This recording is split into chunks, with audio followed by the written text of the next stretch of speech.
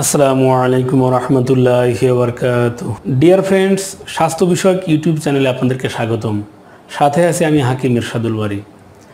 তো বন্ধুরা, ঘামের দুর্গন্ধ দূরীকরণে ন্যাচারাল ভেষজের ব্যবহার।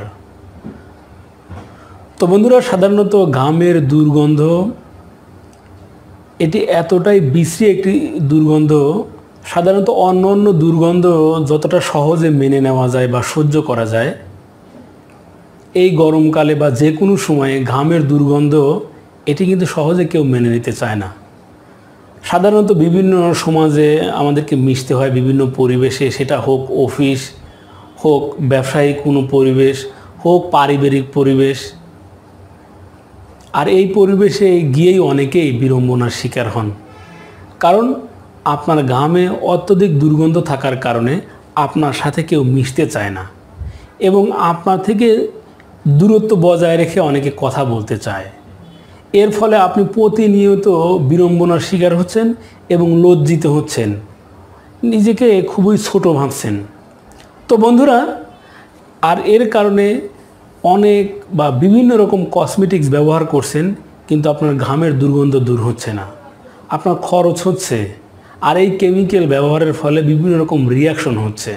প্রকৃতপক্ষে আপনার ঘামের দুর্গন্ধ দূর হচ্ছেই না।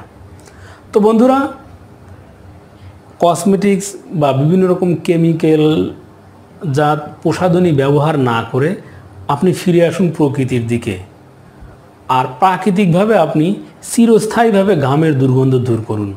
বিশেষ করে এই গ্রীষ্মকালে যেখানে অত্যধিক দুর্গন্ধ হচ্ছে, আপনি এই দুর্গন্ধ দূরীকরণে বাসক পাতার রস, আপনি যতটুকু পরিমাণ রস নিলে আপনার উভয় বগলে আপনি মাখতে পারেন, অথবা সমস্ত শরীরে মাখতে যতটুকু পরিমাণ বাসক পাতার রস প্রয়োজন হয় অতটুকু মেখে আধা ঘন্টা রেখে দিন। এরপরে গোসল করে ফেলুন। দেখবেন খুব দ্রুতই আপনার ঘামের দুর্গন্ধ একেবারেই দূর হচ্ছে।